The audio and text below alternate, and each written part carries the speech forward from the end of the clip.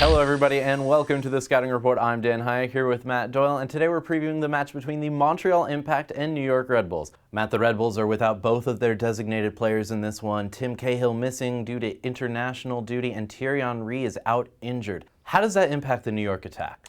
Obviously remains to be seen, but the one thing about this New York team in 2012, they actually played better when they were missing all their big names. Their best run of the season defensively, not necessarily offensively, but defensively, was when they were missing all their designated players, all their high-profile guys, and they went on a run of 6 wins in 7 games, something like that. So I think it's probably going to make this team batten down the hatches, play a little bit tighter, try to hit more on counters, try to hit more on set pieces, and they have the guys who can do that. I mean, Fabian Spindola in particular, he's going to be trying to working those channels, flaring out to the touchlines throughout the entire game. He's going to be the main man for them. He's played well. He hasn't scored since the first game. He's a very streaky scorer, but he's played well. He always puts himself in position to do damage, and the Red Bulls historically have taken advantage of that when their guys, when the big guns are out on the sidelines. Now for Montreal, the big gun, if you will, has been Patrice Bernier. He's put in some great performances already this season, but in front of him, it's Marco Di Vaio. He's the guy that kind of pulls the strings from a number 9 position. Talk about his role and how important it is for Montreal. He's a playmaking forward. He's as likely to drop back into midfield or between the lines, so to speak, and try to create chances for others as he is to ride the offside line and try to find chances himself. He's been very, very good at it, and what it gives the Impact is the ability to hit you at not only different angles, but different tempos. The run isn't coming from where you think it is. It's going to come from a different guy, maybe a little deeper. We saw that with Davy Arnaud's goal against Seattle to start the season, and they've really kept to that blueprint. And it's really difficult to defend against because Di Vaio's movement is so good.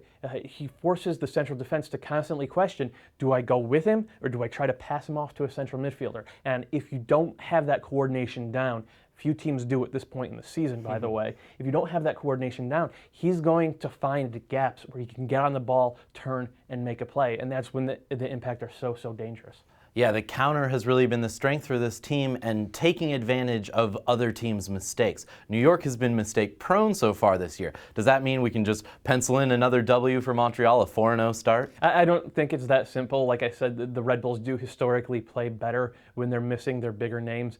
This is the type of scenario in which you would expect Mike Pecky to be able to rally the troops. And their defense looked really, really good last week. And they will be without Roy Miller, which is probably a good thing for the second consecutive week. Heath Pierce at left back, Brendan Barclay at right back, Marcus Holgerson and Jameson Olave in the central defense. These guys really locked it down. And only conceded 4 shots. Right, and Holgerson and Olave, they are good enough in terms of their experience and their reading of the game to understand those runs from Di Vaio. And they communicate well with Dax McCarty, and McCarty's been getting help from Eric Alexander. So there's a lot of things pointing to maybe the Red Bulls getting a result on the road. I think they'll play for that 0-0 or maybe 1-1. The Impact, it'll be interesting to see what happens if the Red Bulls do sit back and force Montreal to carry the game, because they haven't looked comfortable doing that at all this year.